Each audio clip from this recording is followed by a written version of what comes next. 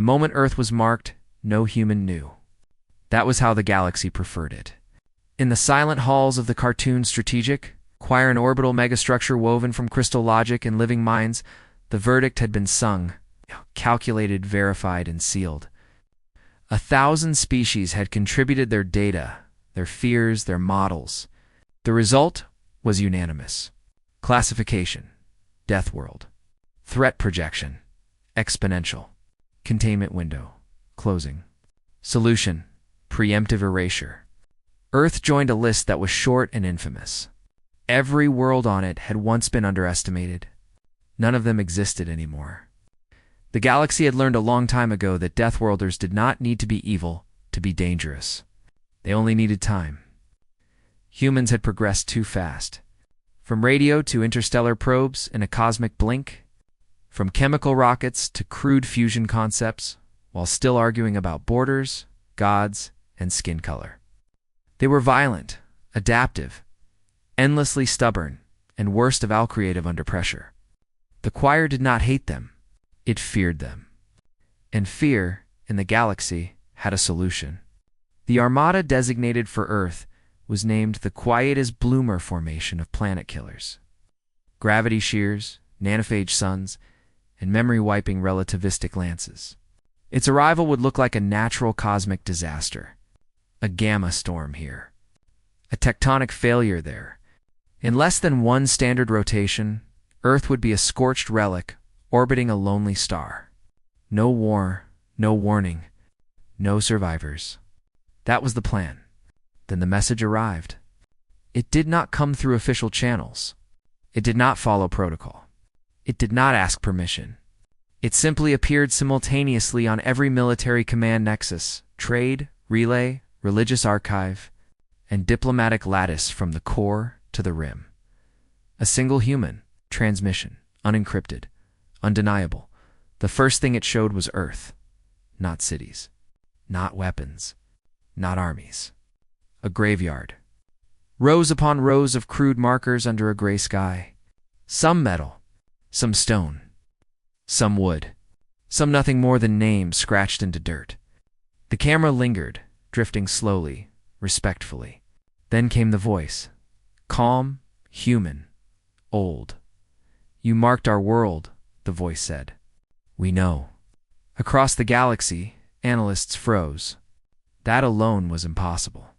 The choir's targeting designations were buried beneath probability veils, quantum obfuscation, and foresight locks. No pre-FTL civilization had ever detected a mark before the fleet arrived. Ever. The image shifted. Now it showed humans in motion, not soldiers, but workers. Men and women in pressure suits, welding holes in orbit. Scientists standing before chalkboards, so full of equations they looked like art. Children running through corridors carved deep underground. Farmers tending crops beneath artificial suns. We understand why, the voice continued. You've done this before. You call it mercy, prevention, hygiene. A pause. We used to think like that too. The next image struck like a gravitational blow. Alien worlds. Dead ones. Planets reduced to ash, cracked crusts, frozen atmospheres. Some were famous. Some were classified. Some were supposed to be myths. How do you know that? Someone whispered in the choir. The message did not answer. It kept going.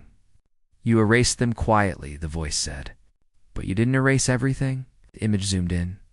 A derelict ship half-melted, drifting in interstellar dark. Inside, etched into a bulkhead, were symbols. Alien symbols. Translated instantly by the galaxy's own systems. We tried to run. The choir erupted into dissonance. Those wrecks had been accounted for. Sterilized. Scrubbed. Hadn't they? We are good at listening, the human voice said gently. We are better at remembering. The feed changed again. This time, it showed Earth's history. Wars, fires, mushroom clouds, cities flattened, bodies in trenches.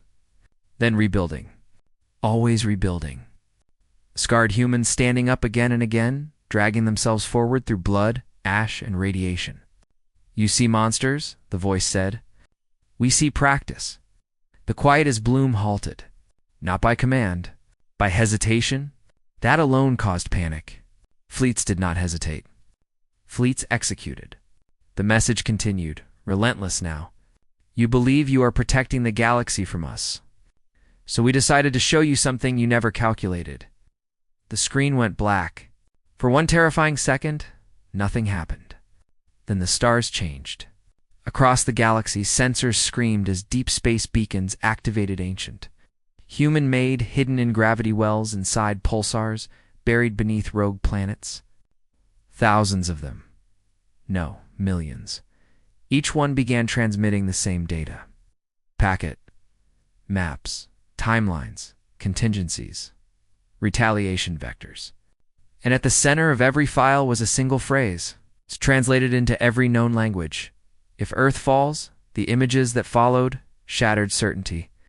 Human ships sleek, brutal. Unfinished lurking in intergalactic voids where no one patrolled because no one survived there. Autonomous factories chewing apart asteroids, dark matter lenses bending space itself. Relativistic kill platforms aimed not at planets, but at stars. You see, the voice said softly, we learned from you. The choir tried to cut the transmission. It failed, tried to isolate it. It spread faster, tried to deny it.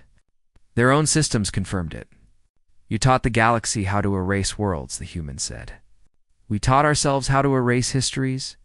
The images accelerated. Stars collapsing. Trade routes vanishing.